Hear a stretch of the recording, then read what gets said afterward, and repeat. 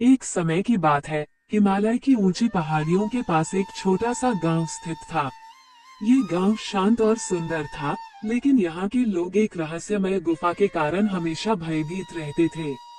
गुफा गांव से कुछ ही दूरी पर थी, लेकिन कोई भी उसके अंदर जाने की हिम्मत नहीं करता था।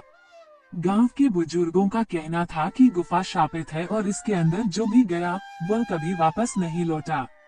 गुफा के बारे में अनेक कहानियां प्रचलित थीं। कोई कहता था कि यह गुफा एक प्राचीन राजा के खजाने को छुपाने के लिए बनाई गई थी, तो कोई कहता था कि इसके अंदर अजीब जीव रहते हैं। कुछ का मानना था कि गुफा के अंदर समय अलग तरीके से चलता है और जो अंदर जाता है वो समय के जाल में फंस जाता है। गांव में अजय नाम का एक युवा लड़का रहता था। वो बहुत साहसी और जिज्ञासु था।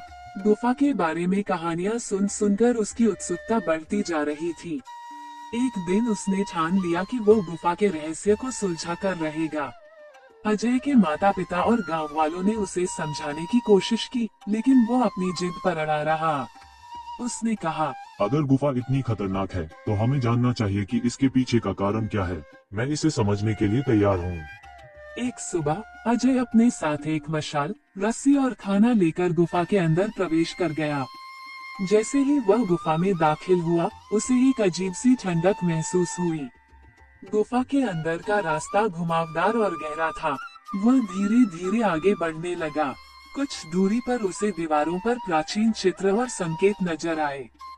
ये संकेत किसी पुराने राजा और उसकी सेना की कहानी बयां कर रहे थे। आगे बढ़ते ही उसे एक विशाल कक्ष दिखाई दिया।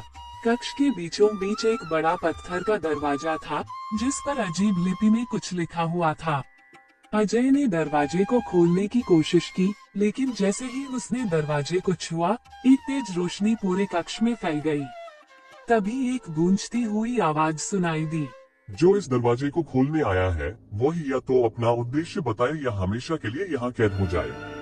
अजय ने साहस जुटाकर कहा, मैं इस गुफा के रहस्य को समझने और गांव वालों की मदद के लिए आया हूँ। मेरा उद्देश्य बुरा नहीं है।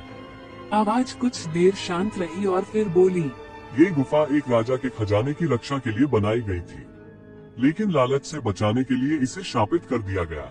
अगर तुम्हारे मन में कोई लालच नहीं है तो तुम सुरक्षित बाहर जा सकते हो। अजय ने खजाने को छूने की कोशिश नहीं की और गुफा से वापस आ गया। उसने गांव वालों को सब कुछ बताया। इसके बाद किसी ने गुफा के पास जाने की हिम्मत नहीं की। अजय ने ये सीख ली कि हर रहस्य को सुलझाना जरूरी नहीं होता और कभी-कभी लालच विनाश का कारण बन सकता है।